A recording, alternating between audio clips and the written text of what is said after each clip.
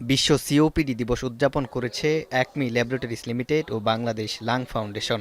সকালে রাজধানী গুলশানের শুটিং ক্লাবে এ উপলক্ষে ছিল নানা আয়োজনে উঠে আসে বিশেষজ্ঞ চিকিৎসকদের নানা কার্যক্রম। চিকিৎসকরা ইংরেজি সিওপিডি বলতে ফুসফুসের কিছু রোগকে বোঝায়, যার কারণে ফুসফুসে বায়ু চলাচল বাধাগ্রস্ত হয় এবং শ্বাস প্রশ্বাসে সমস্যা সৃষ্টি হয়।